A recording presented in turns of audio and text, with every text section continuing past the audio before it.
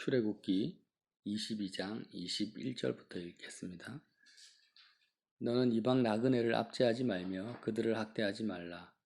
너희도 애굽 땅에서 나그네였음이라. 너는 과부나 고아를 해롭게 하지 말라.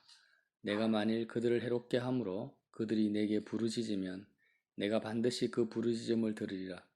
나의 노가 맹렬함으로 내가 칼로 너희를 죽이리니 너희 아내는 과부가 되고 너희 자녀는 고아가 되리라. 내가 만일 너와 함께한 내 백성 중에서 가난한 자에게 돈을 구워주면 너는 그에게 채권자같이 하지 말며 이자를 받지 말 것이며 내가 만일 이웃의 옷을 전당 잡거든 해가 지기 전에 그에게 돌려보내라. 그것이 유일한 옷이라. 그것이 그의 알몸을 가릴 옷인즉 그가 무엇을 입고 자겠느냐. 그가 내게 부르짖으면 내가 들으리니 나는 자비로운 자임이니라. 너는 재판장을 모독하지 말며 백성의 지도자를 저주하지 말지니라. 너는 내가 추수한 것과 내가 짜낸 즙을 바치기를 더지하지 말며 내 처음 난 아들들을 내게 줄지며 내 소와 양도 그와 같이 하되 이래 동안 음미와 함께 있게 하다가 열흘 만에 내게 줄지니라. 너희는 내게 거룩한 사람이 될지니 들에서 짐승에게 찢긴 동물의 고기를 먹지 말고 그것을 개에게 던질지니라. 아멘. 구체적으로 사회법 또 이스라엘 민족 관계에서 어떻게 인간관계 속에서의 법을 지킬지에 대한 내용들이 계속 나오고 있죠. 어제도 말씀을 나눴지만 결국 율법의 그 본질을 살펴보니까 뭐였습니까? 이스라엘 백성, 선민들이 그의 마음에 세상을 가까이 두고 있느냐 아니면 하나님을 가까이 두고 있느냐에 따라서 나타나는 결과가 율법이었습니다. 율법을 지킬 수 있느냐 못 지키느냐의 결과였죠. 그래서 옛 언약은 하나님의 말씀을 세상보다 더 가까이 해야 되는데 새 언약은 어떤 차이가 있습니까? 요한복음 1장에 나온 것처럼 말씀이 육신이 되어 우리 가운데 거하시니 그분이 예수님이세요. 문자적인 말씀이 아니라 육신이 되셨다라는 것은 인격체로서 우리 가운데 말씀이 임하셨다라는 거죠. 육신이 되셨다. 그래서 예수님이 말씀이십니다. 예수님 자체가 살아있는 말씀이었습니다. 그래서 이제 살아있는 말씀을 세상보다 더 가까이 해야 되는데 바로 예수님을 가장 가까운 예수님이 너는 나의 친구다. 사람이 친구를 위하여 목숨을 버리면 이보다 더 큰 사랑이 없다. 라고 말씀하신 것처럼 바로 예수님을 나의 친구로 내가 내 마음에 영접하는 것입니다. 그러면 율법이 지켜지는 거죠. 그래서 이 친구라는 개념은 세상의 개념과는 좀 다르죠. 부모, 자식, 친구 이런 개념이 아니라 그 어떤 인간관계나 상황이나 사건이나 사람보다도 나와 가장 가까운 관계 속에 예수님이 계셔야 된다는 거예요. 아내보다 남편보다 부모보다 이 세상 어떤 것보다도 가장 가까운 살아계신 인격체로서 나와 가까이 계신 분이 바로 예수 그리스도가 되어야 된다는 것. 그런 친구로서 예수님을 내 마음에 영접하는 것. 그래서 주님을 영접하는 것은 우리가 주님을 영접하면 주님이 나를 떠나지 않지만 우리의 믿음의 고백으로서 본다면 매 순간 주님을 친구로서 영접해야 됩니다. 또한 그것이 바로 주님 자체가 왕이시니까 내가 주인으로 왕으로 영접하는 것이 되는 거죠. 또 그렇게만 하면 우리는 어떻게 됩니까? 지금 주님은 영으로 그리스도의 영으로 나와 함께 하시지만 삶의 현장에서 주님의 본질은 어디에 계시냐면 하나님의 하늘 보좌 우편에 계십니다. 그래서 내가 주님을 가장 가까이 내 마음에 영접했다라는 의미는 뭐냐면 나의 마음이 이 땅에 머물러 있지 않고 예수님이 계신 그 하나님의 하늘 보좌 우편에 내 마음이 가 있다라는 거예요. 그게 바로 주님을 영접했다라는 거죠. 어떻게 우리가 하늘 보좌까지 도달합니까? 주님을 가장 가까이 영접한 사람이 예수님을 따라가게 되니까 그리스도의 죽음과 부활과 성천의 그 길에 참여함으로 말미암아 지금 하나님 우편에 앉아 계신 그 예수님과 가장 가까이 있는 상태, 그런 마음의 상태가 되면 저절로 모든 율법이 지켜진다라는 거예요. 그 관점에서 우리가 봅니다. 특별히 오늘 읽은 출애굽기 22장 21절 말씀도 똑같죠. 여기서 사회적 약자가 나옵니다. 첫 번째, 이방인 나그네를 압제하지 말며. 선민 사회에서 이방인은요, 개 취급을 받았습니다. 사람 취급을 받지 못했습니다. 그래서 그 이방인들은 연줄도 없고 혈연도 없고 지연도 없고 아무것도 없죠. 누가 도와줄 사람도 없습니다. 그러니까 이방인들을 종으로 부리고, 특별히 이방 나그네 같은 경우에는 전쟁을 해서 포로로 잡아온 사람도 많이 있습니다. 압제하지 말며 그들을 학대하지 말라. 너희도 애굽 땅에서 나그네가 되었다. 또 22절에 보면 과부나 고아를 해롭게 하지 말라. 과부나 고아는 대표적으로 억울한 일을 당하고 정말 해를 입어도 누구에게 하소연할 수 없는 사회적 약자입니다. 그 시대에는 여자들은 아무것도 할 일이 없어요, 사실. 뭐 이삭을 줍는 것밖에 없습니다. 배고프면 밭에 나가서 이삭 줍기밖에 못합니다. 고아도 마찬가지죠. 그래서 과부나 고아를 해롭게 하거나 손해를 끼치면 그 과부나 고아들은요, 누구한테 부르질 도움을 요청할 사람이 없으니까 누구한테 도움을 요청하겠습니까? 하나님께 부르짖는 수밖에 없는 거예요. 아무도 도와주는 사람이 없으니까. 재판장에게 가서 부르짖어도 말빨이 먹히지가 않는 거예요. 그래서 하나님 앞에 억울함을 호소하게 되는데, 그들이 과부나 고아가 내게 부르짖으면 내가 반드시 그 부르짖음에 응답하겠다라는 것입니다.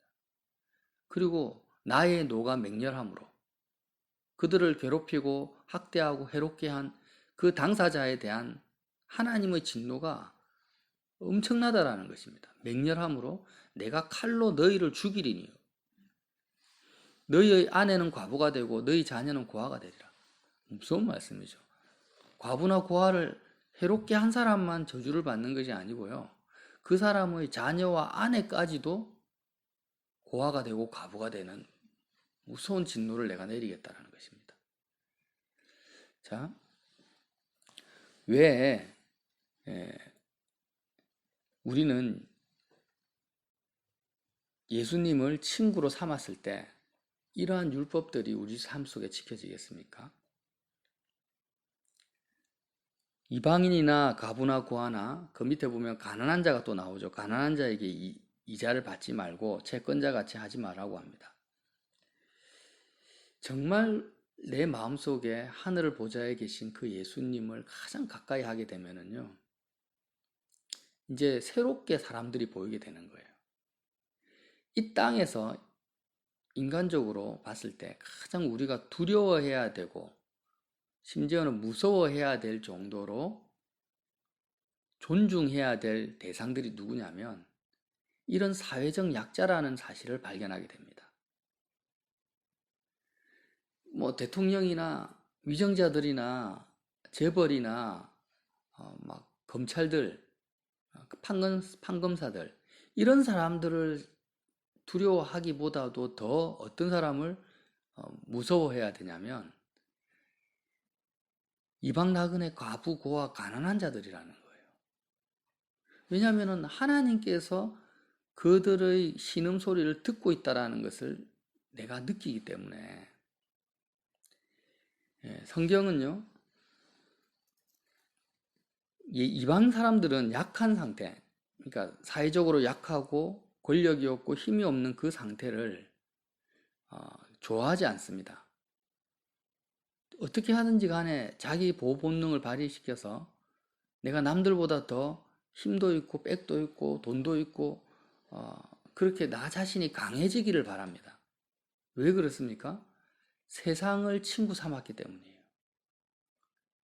세상을 친구 삼았기 때문에, 세상의 벗이 되었기 때문에 내가 세상적으로 많은 것들을 가지고 힘을 가지고 내가 강해지기를 바라는 그 욕망에서 벗어날 수가 없죠. 그런데 선민들은요, 오늘 선민들에게 이 율법을 주시잖아요. 선민들은 만왕의 왕이신 예수님이 나의 가장 가까운 살아계신 친구이시기 때문에 이제 나 자신이 스스로 강해지거나 내가 세지거나 내가 권력과 힘을 가질 필요가 없다라는 거예요. 그러한 사실이 새롭게 발견되어지는 사람들에게 있어서는 누가 두려운가? 바로 예수님을 가장 가까이 할 수밖에 없는 과부나 고아, 가난한 자, 이방 나그네들이 이제 눈에 보이기 시작하는 거예요. 그들의 친구가 되시는구나. 세리와 창기의 친구로 주님이 오셨구나. 바울이 이 사실을 발견하고 나서 고린도후서 30장이 뭐라고 합니까? 내가 부득불 자랑할진대 내가 약한 것을 자랑하리라. 자기 자신이 이전에는 바리새인이나 대제사장이나 권력 있는 사람, 로마 시민권을 가진 자로서 강하게 힘있게 살아가는 것을 추구했는데 이제 살아계신 예수님을 자신의 친구로 영접하고 나니까 완전히 자신의 삶의 방향, 삶의 개념이 바뀌어버리는 거예요. 사람들을 보는 관점도 바뀌어버리는 거예요. 어떻게 바뀝니까? 아, 내가 강해질 필요가 없구나. 내가 어떤 능력을 가질 필요가 없구나. 나 자신 스스로에. 왜? 주님이 다 가지고 계시니까. 주님이 나와 가장 가까이 계시니까. 그래서 나와 함께 계신 친구 되신 예수님의 그 능력, 그 권세, 그 힘이 나타날 수 있도록 어찌하든지 간에 나 자신은 어떻게 해야 됩니까? 오히려 약해져야 된다. 어떻게 해요? 과부나 고아처럼 이방 나그네처럼 가난한 자가 되어야지 나와 함께 계신 예수님의 그 강함이 나타난다라는 사실을 바울이 고백하고 있는 거예요. 로마서 5장 6절에도 우리가 아직 연약할 때, 약할 때 기약대로 그리스도께서 경건하지 않은 자를 위하여 죽으셨도다. 바울이 또 이렇게 말합니다. 고린도후서 12장 9절에 나에게 이르시기를 내 은혜가 내게 족하도다. 하나님의 은혜가 바울에게 충만하게 임한다라는 거예요. 왜 그렇습니까? 이는 내 능력이 약한 데서 온전하여 짐이라. 하나님의 능력, 주님이 내 옆에 임마누엘 하셔서 지금 어떤 인간관계보다도 가까운 친구로 나와 함께 계세요. 그런데 나와 함께 계신 그 친구 되신 예수님의 능력이 언제 나타납니까? 여러분 한번 생각해 보세요. 힘 있는 친구가 있고 약한 친구가 같이 길을 간다고 생각해 보십시오. 그러면 힘이 없어가지고 짐을 못 들고 막 쓰러지고 엎어질 때 힘 있는 친구가 당연히 도와주죠. 그죠? 길에서 강도가 나타났다. 그러면 어떻게 할까요? 내가 싸울 힘이 없으면 내 옆에 있는 친구가 능력이 있고 뭐 무술 고단자다. 그러면 그 친구가 당연히 나타나서 그 친구의 능력이 나타날 거 아닙니까? 내가 힘이 없기 때문에 나타나잖아요. 근데 예수님이 나의 친구란 말이에요. 여러분 이걸 믿으십니까? 그러면 이제 내가 삶을 어떻게 살게 되겠습니까? 정말 예수님이 내 친구라면. 어찌하든지 간에 주님의 그 능력이 나타나도록 내가 약해지기를 바란다라는 거예요. 약한 것을 자랑한다. 그 의미죠. 내 능력이 약한 데서 온전하여 진지라고. 그래서 그러므로 도리어 크게 기뻐함으로 이제 바울이 알아는 거예요. 이제 내가 강해질 필요도 없고 힘이 세질 필요도 없고 내가 힘 자랑할 필요도 없고 다른 사람들의 우위에 점할 필요도 없구나. 오히려 이방인 나그네와 같은 신세, 사회적 약자가 되는 것이 더 유익하구나. 하나님의 능력이 나타나는 통로가 되는구나. 가난한 자가 되어도 오히려 기뻐하는 거예요. 도리어 크게, 그것도 그냥 기뻐하지 않습니다. 크게 기뻐함으로 나의 여러 약한 것들에 대하여 자랑하리니 이는 그리스도의 능력이 내게 머물게 하려 함이라. 그러므로 내가 그리스도를 위하여 약한 것들과 능력과 궁핍과 박해와 공고를 기뻐하노니 이는 내가 약한 그때의 강함이라 이렇게 고백을 합니다. 그래서 이제 이런 관점에서 우리가 보는 거예요. 하나님께서 선민들의 친구로 옆에 계신 거예요. 가장 약한 자들 옆에서 어떻게 합니까?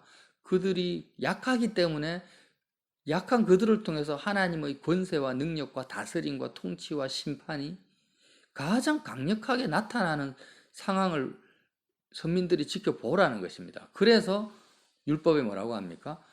이들을 해롭게 하거나 이들에게 손해를 끼치게 되면 이들은 힘이 없기 때문에 약하기 때문에 세상 권세가 그들을 통해서 나타나진 않아요. 세상 권세가. 세상 권세는 안 나타나지만 어떤 게 나타납니까? 하나님의 권세와 심판이 나타나는 거예요. 그래서 우리는 그들을 존중해야 되고 오히려 그들을 더 심지어는 무서워할 정도로 존중해 줘야 된다는 거예요. 꼭 심판받기 때문에 벌받기 때문에 무서워한다는 차원보다는 이런 복음적인 원리와 은혜를 안다면 하나님은 자비로운 자이기 때문에 28절에 보면은요. 너는 재판장을 모독하지 말며 백성의 지도자를 저주하지 말지니라. 재판장이 재판을 내가 마음에 들지 않도록 재판을 했습니다. 그러면 막 사람들이 재판장을 욕하죠. 또 백성의 지도자, 뭐 대통령이나 위정자들, 야당은 여당을 비판하고 여당은 야당을 비판합니다. 그런데 그들의 잘잘못을 분별하는 것은 죄가 되지 않죠. 분별해야 되지만 그들을 모독하거나 저주해서는 안 된다는 거예요. 왜냐하면 재판장들도 권세를 가진 자고 백성의 지도자도 권위를 가진 자들인데 지금 재판장보다도 지도자보다도 더 큰 권위와 권세를 가진 분이 내 친구라는 것입니다. 나와 가장 가까이 계시고 살아 계시고 나와 함께 하세요. 그러면 그 재판장이 가지고 있는 권위와 지도자의 권세가 어디로부터 나왔습니까?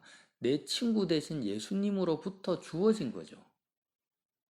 그들이 행한 행위는 잘못됐다 할지라도 그들이 가지고 있는 권위와 권세는 주님으로부터 이제 전가되었기 때문에 그들을 모독하거나 저주한다라는 것은 바로 예수 그리스도를 모독하고 저주하는 결과를 가져오게 된다라는 거죠.